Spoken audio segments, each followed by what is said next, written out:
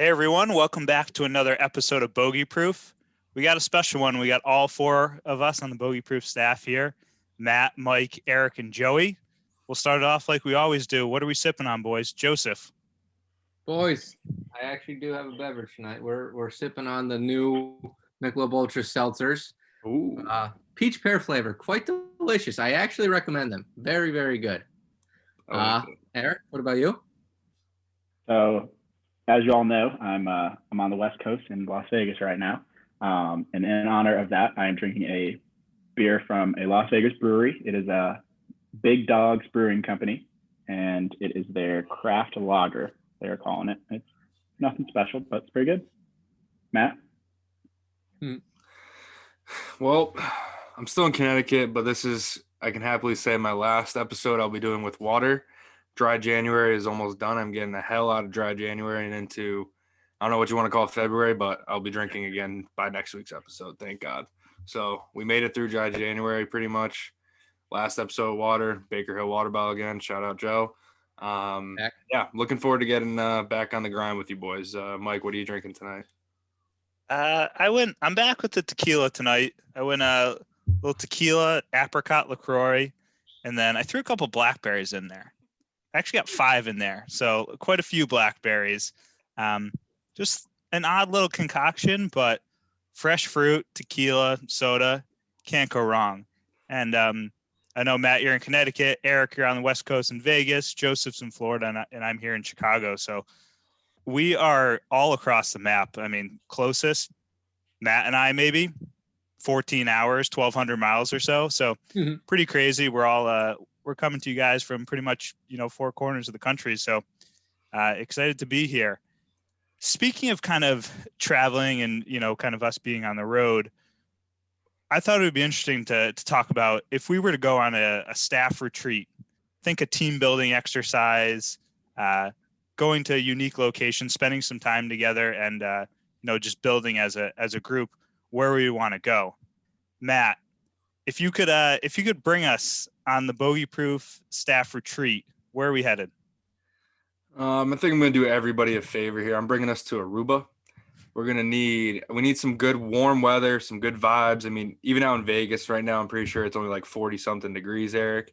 So Florida's probably a little bit nicer than that, but still, at least for me and Mikey's sake, it's cold as shit. It's snowing. I can't get my golf in anymore. Even my weekend things, it's just too damn cold to be out there swinging with, 400 layers on. So I think we all need some Aruba. We need a little break.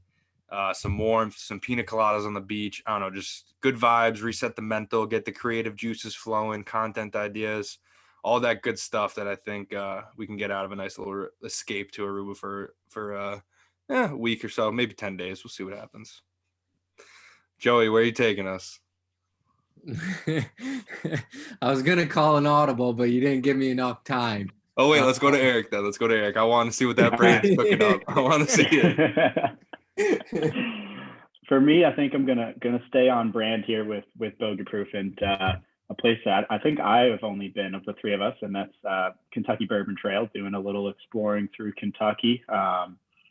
There's obviously a ton of bourbon to be found in Kentucky, and it's a pretty cool spot to do some tastings in the food scene, and specifically like Louisville is blown up and pretty awesome right now. And then along with it, there's obviously some great golf courses that have hosted some pretty great moments in history, like Valhalla. That's where we had the Tiger Point and walk in. So I think that's where we would go. I think that'd be a great morale booster to be able to stand on the 16th green at Valhalla and try to recreate that putt. My goodness. That'd be incredible. So Joe, is your audible ready, or do we need to go to Mike first? All right. No. So as you know, I was going to say Bermuda, but don't know much about it anyway. Don't even like dark and stormy, but it's cool they have their own drink. Credit to them. Audible. I'm gonna change it up. I think Mexico would be a nice little retreat. Yeah. It's some different vibes. I've only been there once. Went to Riviera Maya with a family, and good time. Kind of similar to Aruba, just good vibe. Just hang out, relax, as Fontaine was saying. But they got some decent, good food down there as well, and many other places we could explore. And I think it'd be a good place to just unwind. And Michael, and you? Yeah, I'm excited for all these trips. Drink some bourbon, let the creative juices flow on the beach in Aruba and Mexico. Tequila in Yeah, Mexico. exactly, Joe. I'm drinking a little tequila tonight, and I hear Mexico, and I'm ready to plan a trip right now. So, well, maybe we'll go to Mayakoba at some point. Ooh.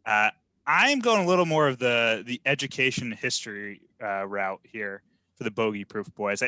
I think something that we're all very interested in is wine, but outside of Eric, I'm not sure how much we all know about it.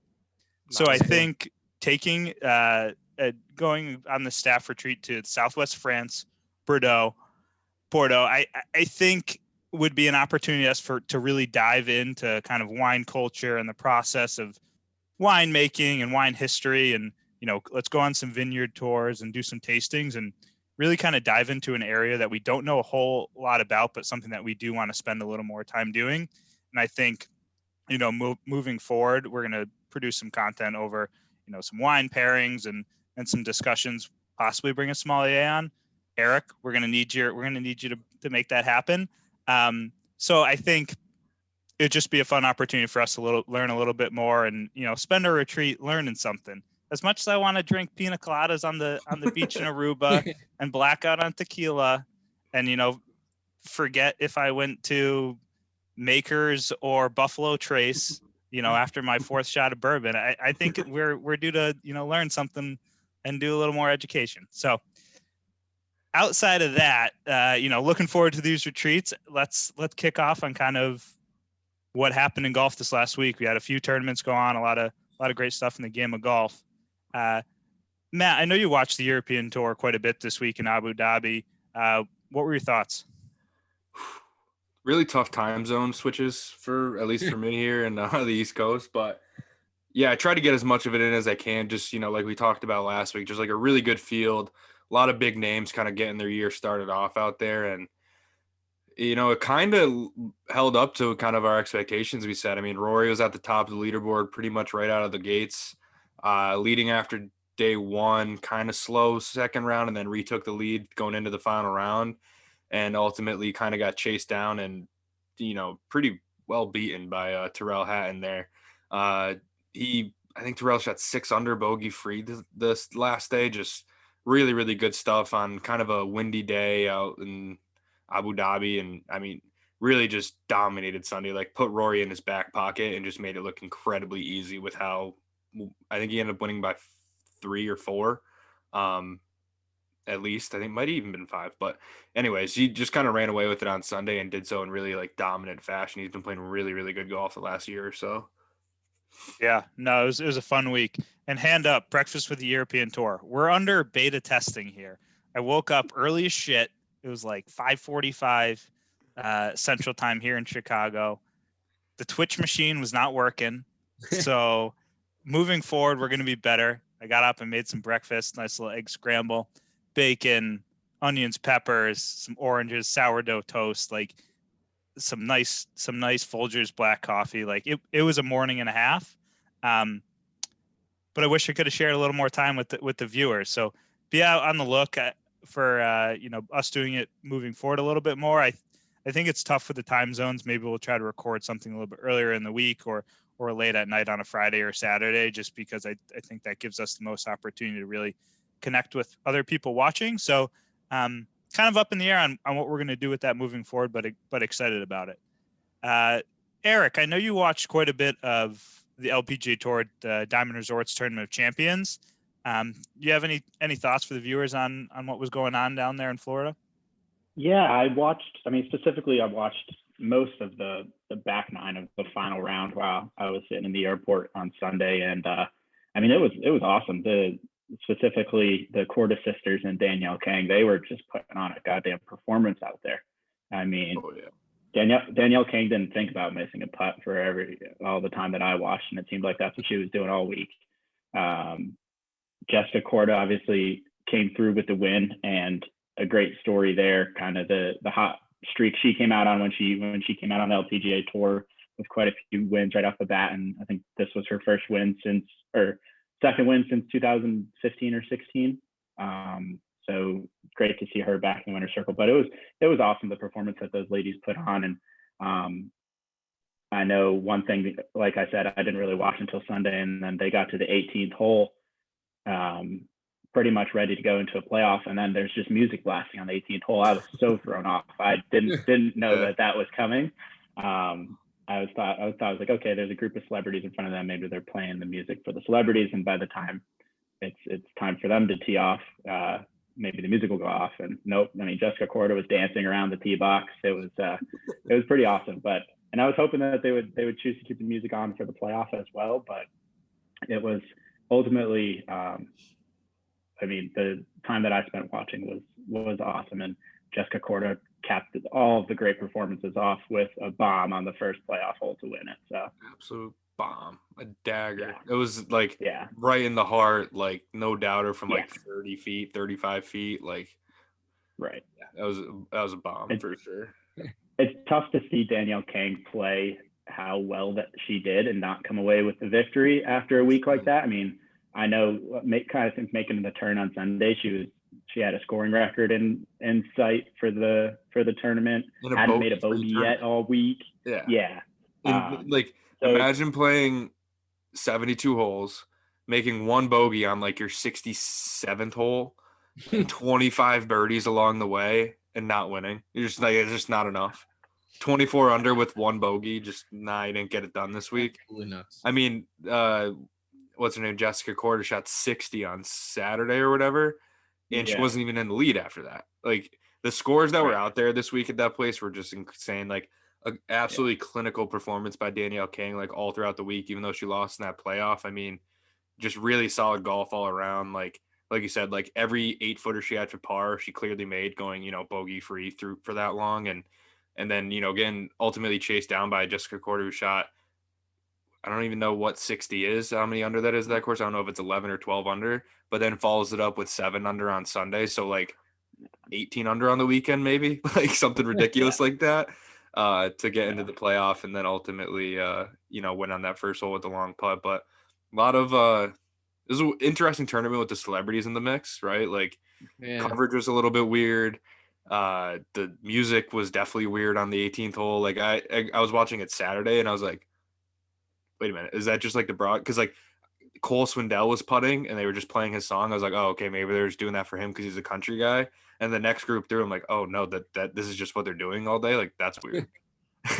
And then, but yeah, a lot of coverage takes came out of Sunday when it went to NBC just because of the lack of actual golf coverage and the more just coverage of all celebs and the music and all this random stuff. But all in all, really good golf this weekend on the LPGA Tour. Yeah.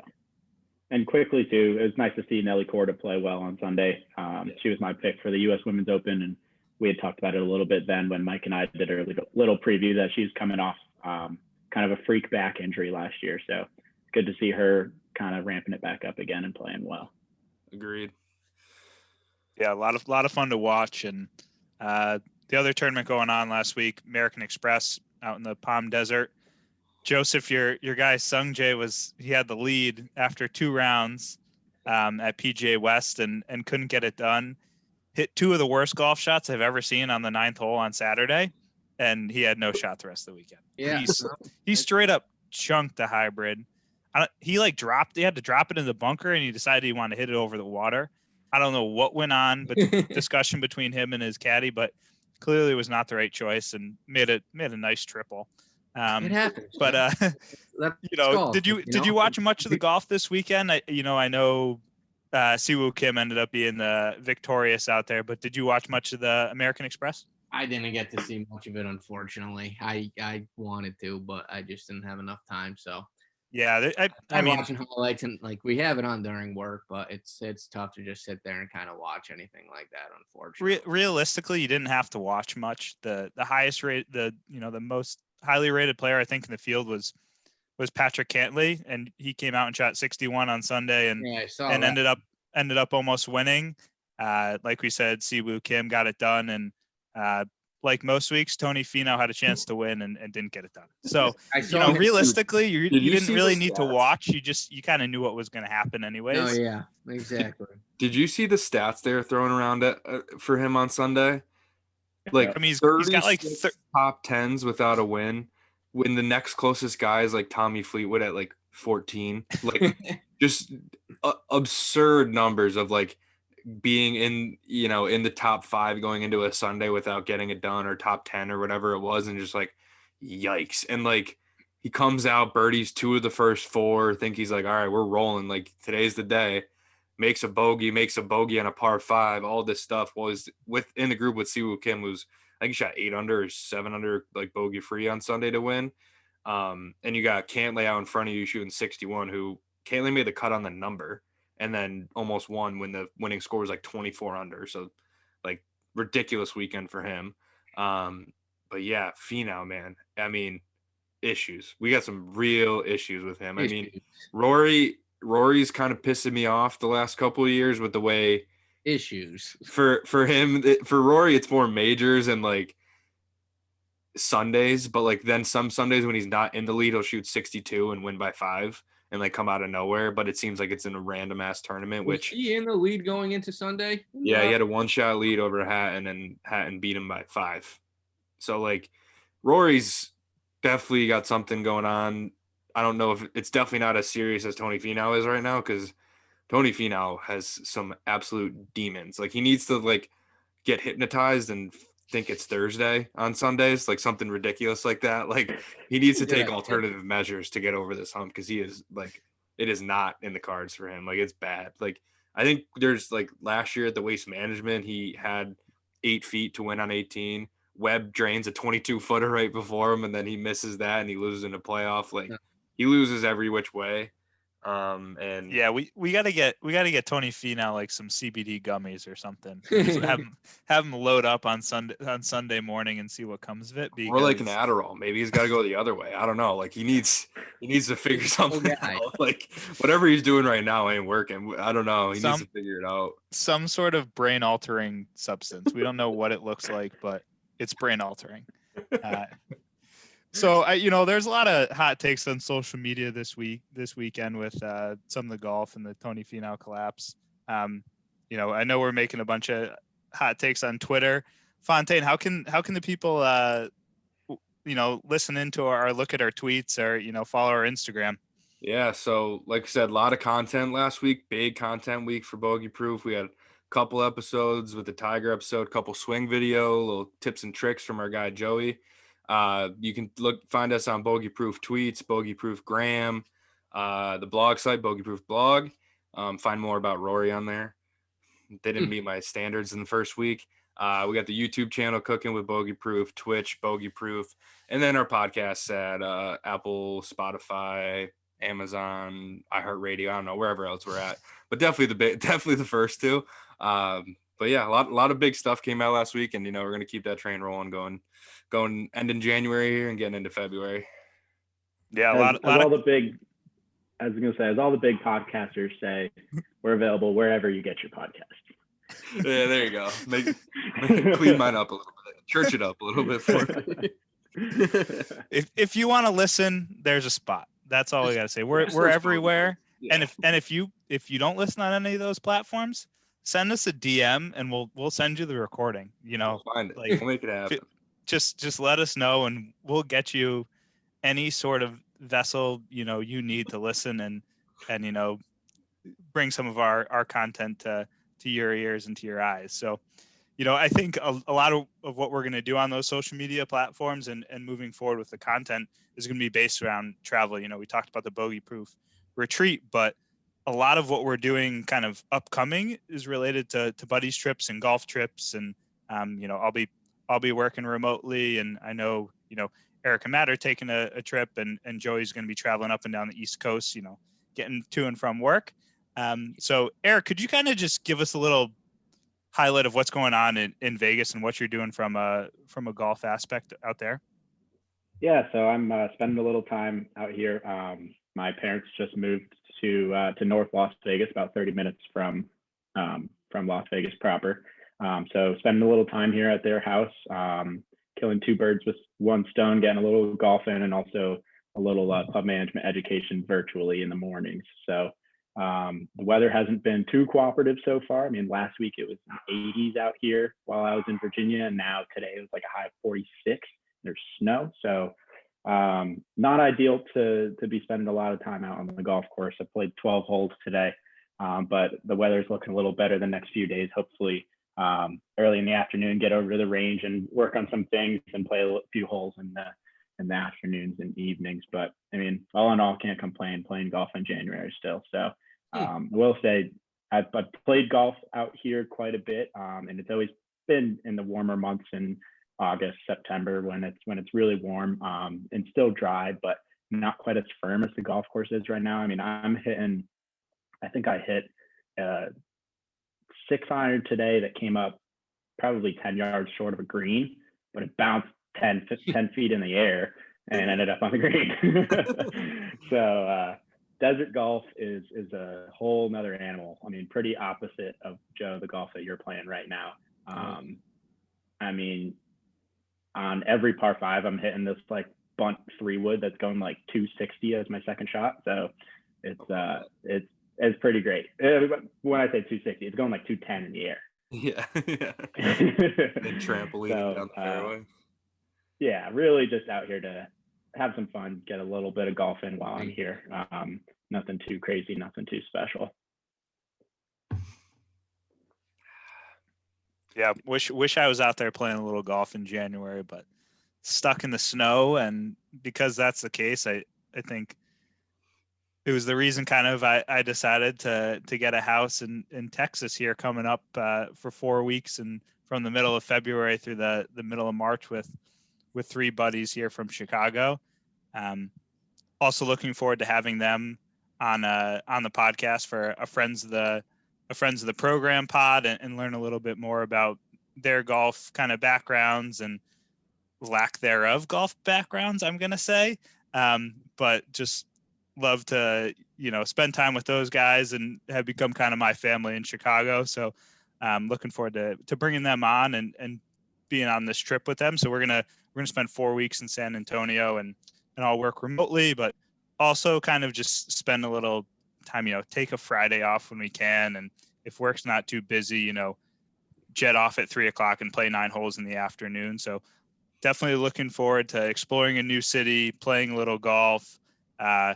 Matt's going to join us for a weekend down there for, I think, 5 days actually, but he's getting a little glimpse of a big crew. I think we have 8 or 10 people coming down that week. So probably the least COVID move that, we've done in the last 10 months or a year, at least at this point. But really the small group that I spend most of my time when I'm here in Chicago. So we've been safe about it, but looking forward to getting them down there. And I've heard a lot of great things about San Antonio and everything's around there. It's actually crazy. They have like 7 or 8 public golf courses owned by the city of San Antonio.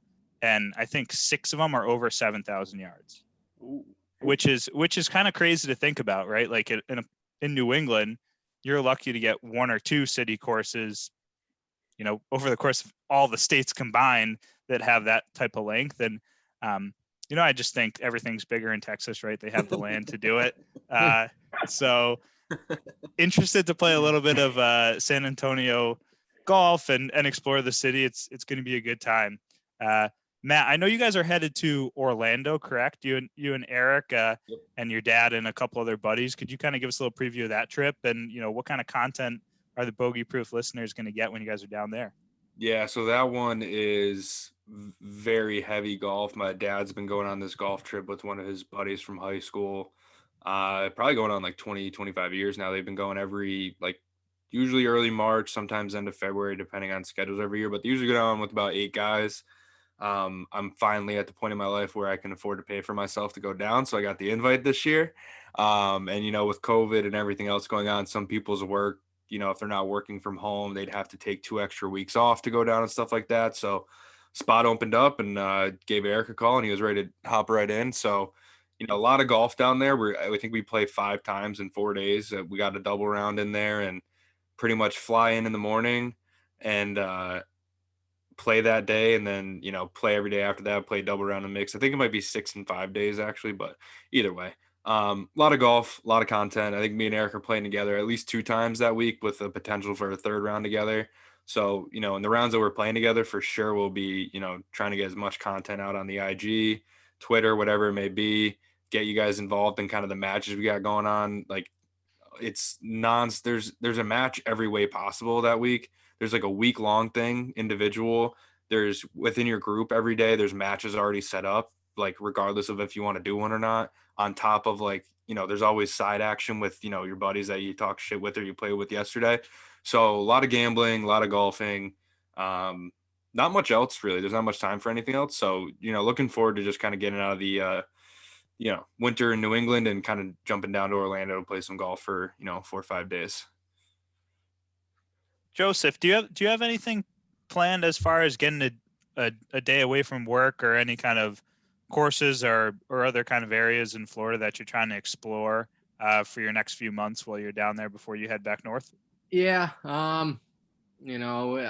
Luckily I have some members from up north who come down here. So I've been trying to arrange, meeting up with them, see some courses on the East Coast. I've been in touch with, I'm trying to get back out to Stream Song to play the red and the blue courses. So I actually just emailed somebody today about it. Hopefully get on there Sunday or next Sunday. But I mean, who knows what's going to happen with that. Other than that, no, yeah, like I said, just trying to meet up with some members at a few courses. But other than that, nothing, no trip, I would say. Those are more so just day trips. Unfortunately, I can't get the time to take a few days off and go somewhere and do something. But in due time, that'll come. So for now, I'll have to stick with the day trips. But I'm okay with it. They're all worth it. Mm-hmm. Yeah, no, Joe, you get go for it, Eric. Sorry. I was going to say, Joe, twice a year you get to make your Florida to New Hampshire drive. And yeah, but I really don't plan that trip up north until the time comes. Because, yeah, I know. You know what I mean? Like, because I don't know if I'll be able to see you or my cousin or whoever it is. So it's tough to really plan that far in advance. Yeah, I'm just saying for the few times that you've done it already, though, you've made the most of it for sure. So I would imagine you'll be doing that. Absolutely. You'll be doing that again once spring rolls around. 100%. I'll be here to talk about it when that time comes. Absolutely. We might do an episode live from your car. Just keep you busy while you're on the road. That would be a bad idea, actually. Fontaine, I'm thinking we get an app developer here. So anyone listen out there that knows how to create apps, I'm envisioning kind of like a tracking Santa Claus type of app, but for Joey traveling from Naples to New Hampshire. And, we know exactly where he is at all times. His next stop, where's the next golf course he's going to play? Where's he eating lunch? Yeah. Like I'm thinking that's what's going to happen. Listeners can point you in the right direction when you drive through their town. They can be like, hey, come by my lunch shack, whatever the heck it is. Pop in for lunch. Go play a quick 9 at the local muni, whatever it is. That's how you find all the holes in the wall. You got to know people. Yeah, it's true. But no, on my way up, I know I'll be visiting Mikey in Charleston. So there you go. That's a big old fact. That's a big old fact. The fact is correct. So kind of moving on from trips and kind of our fun. This week in golf, LPGA Tour is off until the last week in February, which I think is wild. So we're not going to see any of the LPGA Tour golf here for a while. So we'll let that take a step back. And I think maybe at some point in February, we'll do kind of a preview for the year of the LPGA Tour. I think would be a lot of fun, and kind of talk about the majors, with there being 5 of them, and really kind of dive into that a little bit more. But European Tour, they're staying out there in the Middle East at the Omega Dubai Desert Classic. Pretty much the main kind of, European Tour stalwarts. We got Justin Rose out there, the winner last week, Tyrrell Hatton, Lee Westwood, who won the race to Dubai, Tommy Fleetwood, Eric's pick last week. How did Tommy Fleetwood play last week? He was in third going into the last round, I think, right? Yeah, he played pretty solid. I think he had a pretty rough Sunday, but played all right. Lord Yeah, Terrell could not be beaten on Sunday. Yeah. he must have had a couple too many pints for his 30th birthday. Tommy couldn't True. get it done on Sunday. Or he was too Caught up busy to him. making commercials. You see that little video Yeah. European Tour put out of the Yeah. The angry golfers. if you're feeling glum, put up your thumb thing. It's like basically making fun of like Terrell Hatton and his, well documented like anger issues on the golf course. Yeah. I It mean, was like Terrell Hatton, Eddie I thought that Pepperell, video was so funny. Who Yeah. else was in that? Henrik Stenson. Timer. Who's Matt the Wallace English about guy? how Yeah, rude Matt he is to Wallace. his caddies. Yeah.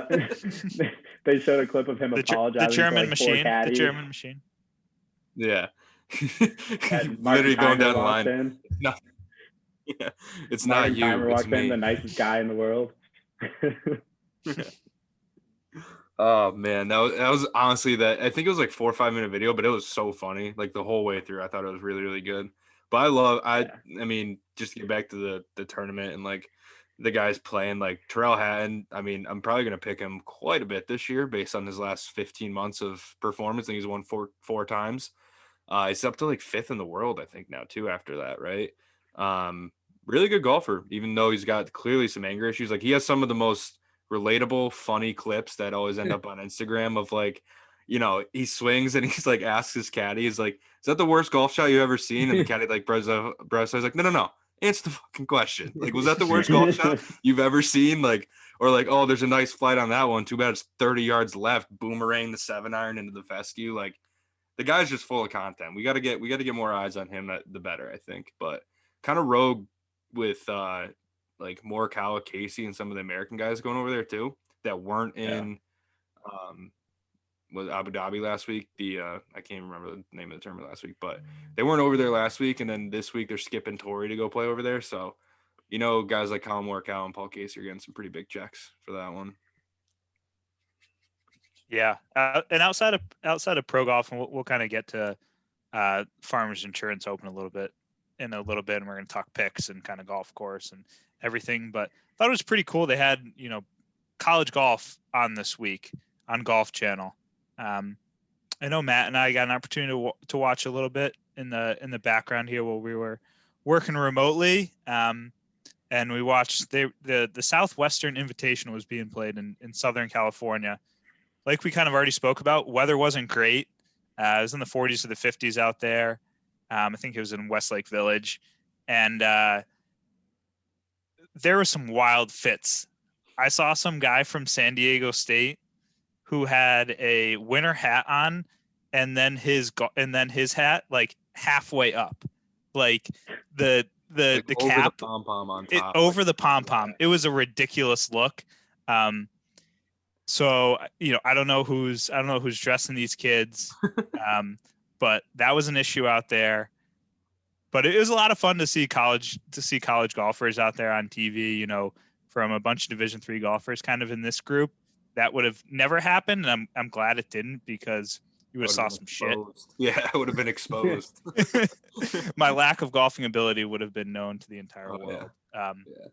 But when we can say, "Oh, we played college golf," people are like, "Oh, damn, kid must be a stud." Yep. Just Not like if we were on TV. Not if we were on TV. So, but it's fun to watch, and we got some really good teams out there. Kid from Arizona State. What is his last name? Is Puig, right? Yeah, that's what I said. Yeah. He was pretty dominant out there and finished way under par for the Sun Devils, and then really besides that, no one played great. There's a bunch of people kind of fighting around even par, but Arizona State didn't get it done. They got beat by who ended up getting it done, Eric? San Diego State. Yeah, so San Diego State kind of made a push at the end there and stole the win. I think Arizona State really struggled down the stretch, and 3 through 5 just couldn't get it done. But fun seeing college golf on Golf Channel. Yeah. And Pepperdine, they were the host, right? Yeah. Pepperdine was the host of the tournament. They had 2 or 3 guys like within the top 5 or 6 of the individual leaderboard, and they had a rough day today too. They shot like 15 over today as a team, and we're only like 20 or 22 over total for the tournament. They had a rough one today too. Yeah, the conditions obviously didn't look ideal, and a lot of those West Coast schools have a lot of kids from the West Coast, and they obviously don't know how to play in some of those conditions. They aren't used to it. They're not accustomed to it. Yeah, they don't know how to especially when you got Yeah, especially when you got to think about balancing your hat, wearing it the way that kid might, or the way that Mike described that. We're gonna put a picture on Instagram because, Yeah, and I don't even care if I have to go back and rewatch the entire footage from this afternoon and get that clip. I will, because it was bad. And I don't like to call out players in college because I probably had some bad outfits out there, and just trying to stay warm. I get it, but if you're going to be on TV, maybe run the outfit past your teammates. Clearly, that guy is the black sheep of the whatever team, San Diego State team that. Either that or Louisville. It was a red hat, so it was one of those teams. I don't think it was Louisville. All I remember from Louisville is the guy that hit the ball in the 10th tee so far right that it went in Timmy's backyard on the 10th tee. That's all I know.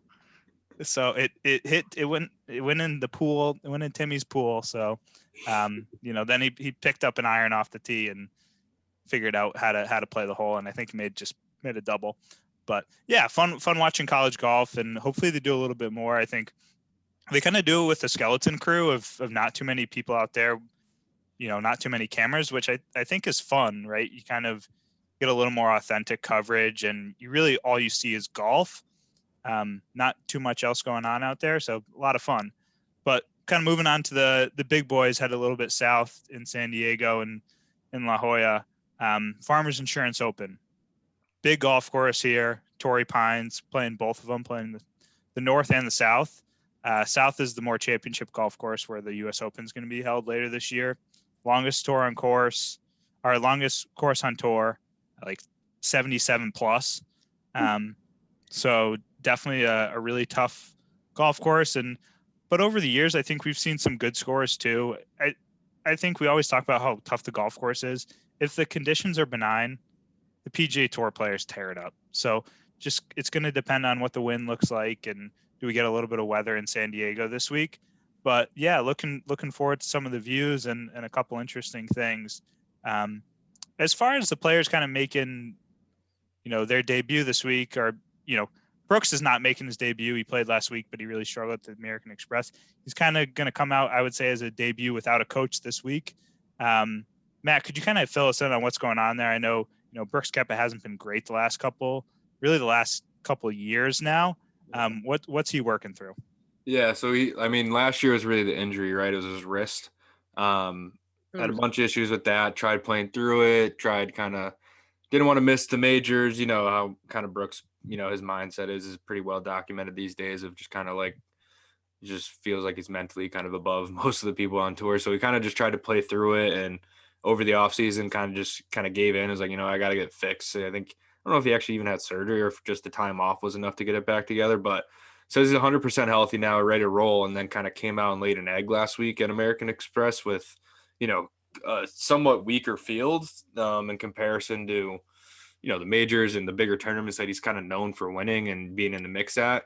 And I don't even think he made the cut. I think he made a late double or something, like got ugly on the last 4 or 5 holes of Friday and missed the cut. So kind of disappointing out of him.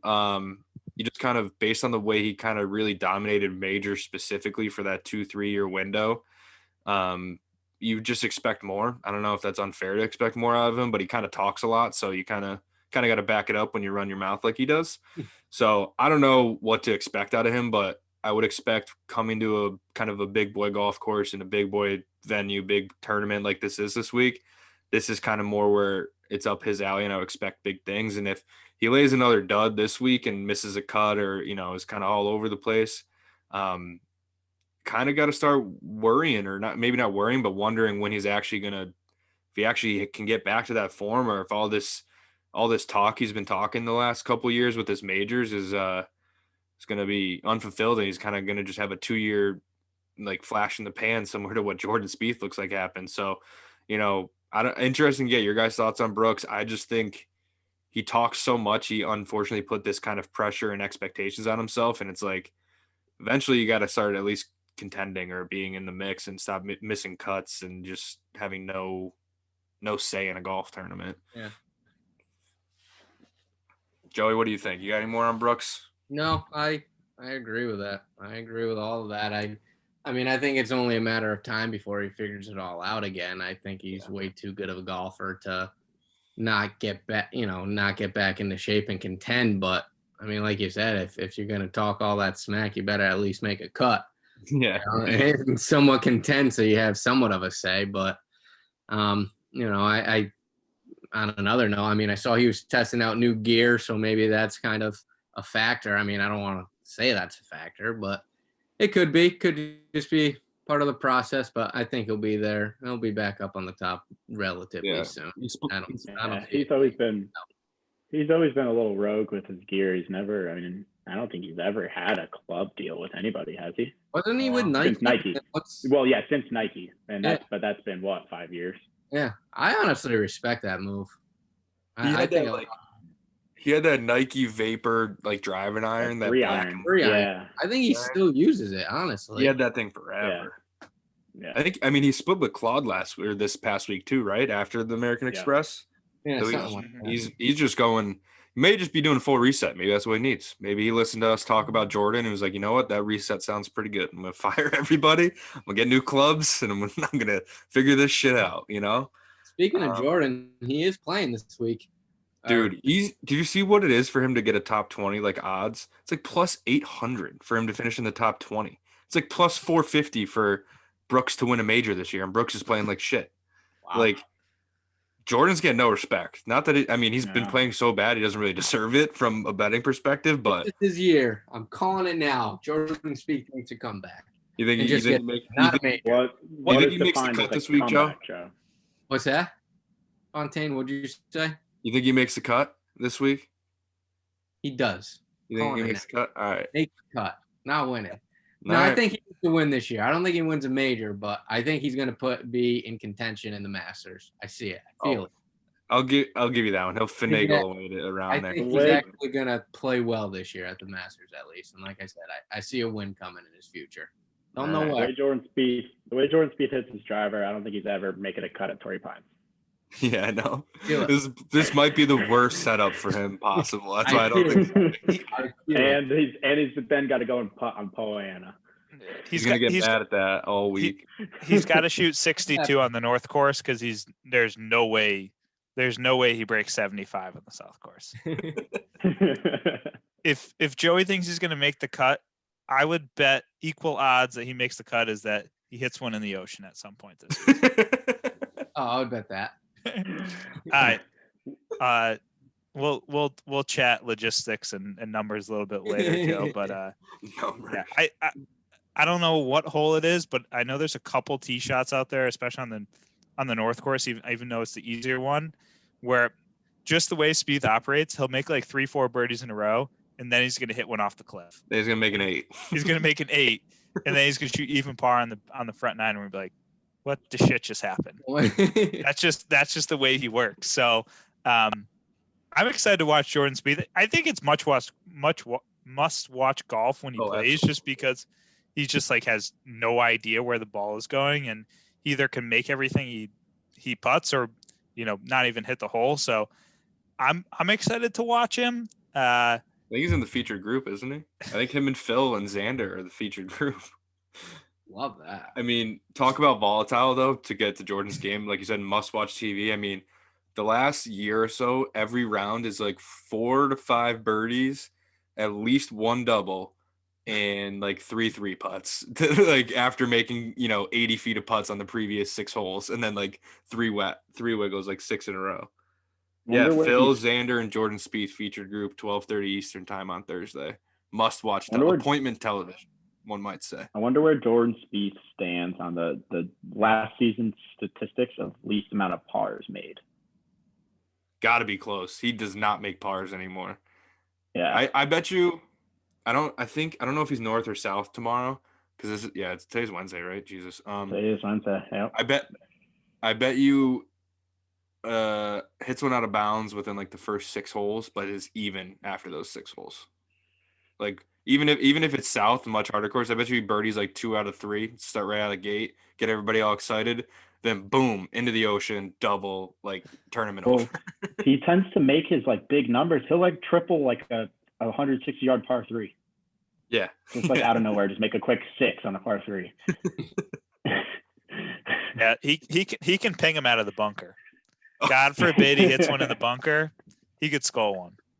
I'm capable of that too, so like that's always in the back of my mind, but I'm not on tour, so like I'm pretty sure when he knocked that one in at John Deere for his first win, I think there's a great Golf Channel clip of like Justin Thomas being like, would that have one hopped or two hopped into the pond? Or when it hit the flagstick and went in.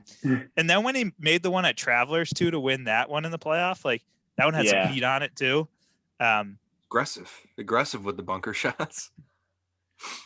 Yeah, so looking forward to a couple of Jordan Spieth pings this weekend and seeing what that has to offer. But I don't think any of us are going with Jordan Spieth this weekend. Maybe Joey, that's his flyer. No. But who do we like? Honorable mention. Honorable mention. But who do we like this week? Matt, you going with your ride or die this week? Yeah, I'm gonna stick with Rory until he breaks my heart and like crushes my soul and forces me to not pick him anymore. But I mean, it's like teasing myself because he's gonna be in the top 5 come Saturday. You know, like he's gonna be there, and then he's just not gonna get it done. But I'm gonna keep picking him until I literally cannot, until he hurts me too many times that I walk away. But before we get too far, can we just talk about how bad these featured groups are for PGA Tour Live real quick? So Phil, Xander, and Jordan Spieth. Other than Xander, like I don't know if those other two even make the cut. I doubt it, right? Like no chance.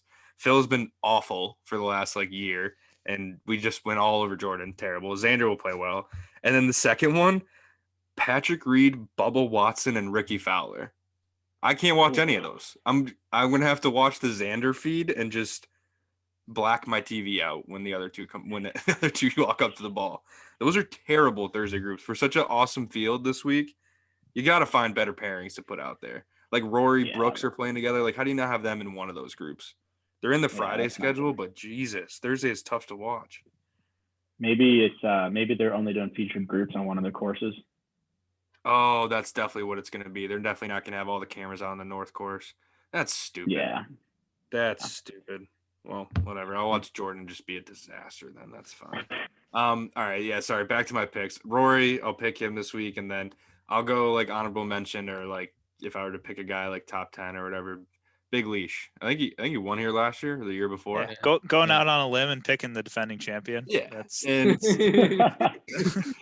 I mean, since that win, he's had a roller coaster every time on the golf course. Yeah, it's like it always falls on like Aussie Day or something weird like that. There's some kind of little Aussie thing where that was earlier this week. My team, I worked with a bunch of people in Sydney, and they were off. That was my whole angle. I don't know if I like my pick anymore. No, they were off their Tuesday, our Monday, for the entire day.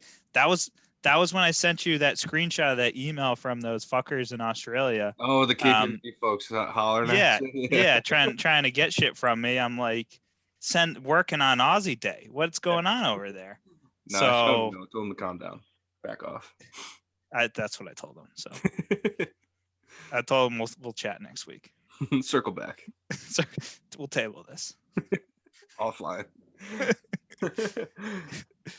Joey, who you going with this week?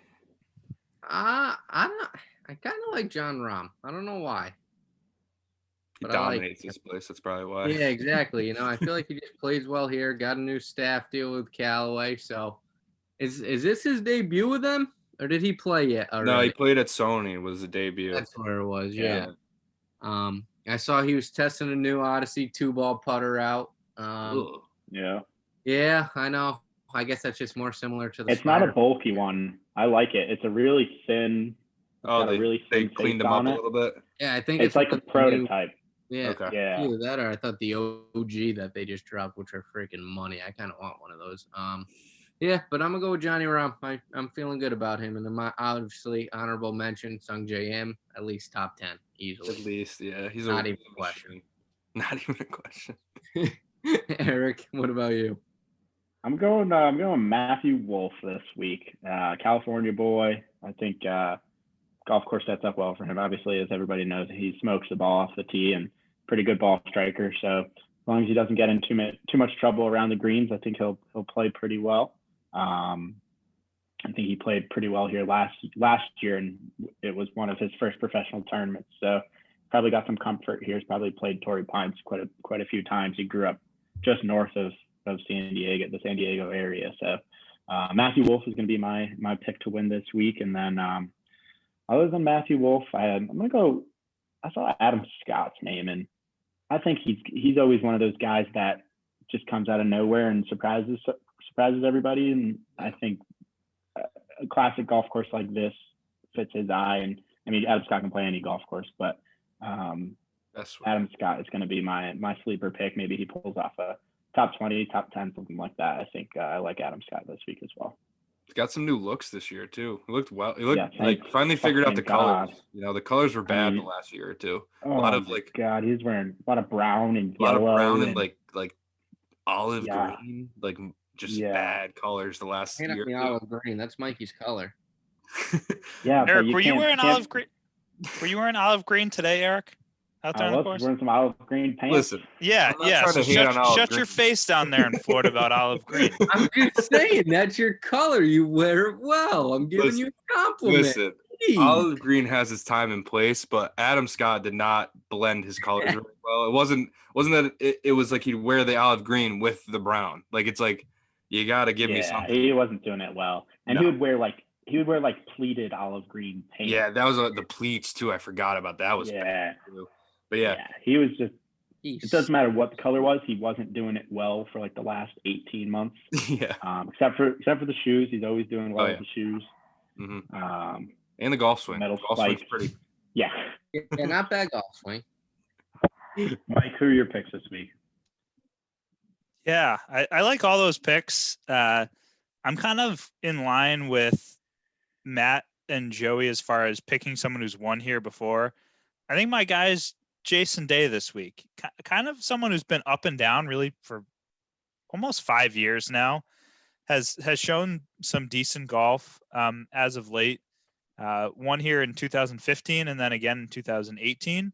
So has had success on this golf course. Hits it hard, putts it well. So excited to see what he does here. He struggled a little bit this year. Played decently in Houston on a new golf course down there, Memorial. That was pretty difficult. So I think that should bode pretty well for the difficult golf course that is Torrey Pines. But outside of that, and I think I picked him for the Tournament of Champions as well. I think Victor Hovland has a good week this week. It's tough to think that someone that hits the ball as solid as he does and drives it as straight and as long as Victor Hovland does, that he's not going to be successful on a golf course, that's long and has deep rough and really requires that type of golf game. Missed the cut as an amateur here last year or the year before, and the only time that he's played here. So not the greatest level of success, but also has shown us that he plays major championship golf course as well. Has played well in the U.S. Open as both a pro and an amateur, and I'm looking forward to seeing how he does. But Jason Day is definitely my overall pick, and when we do our bogey-proof picks, he's going to be the person on the graphic for me. So outside of that, big week of golf, some fun things going on. I know we chat a little bit kind of about our travel and the things that are going on forward, and fun to have everybody online. I think it's been a while since we were all together. So looking forward to that bogey-proof retreat, watching a little golf this weekend, and cheers, boys. Cheers. It was a pleasure. Oh, good.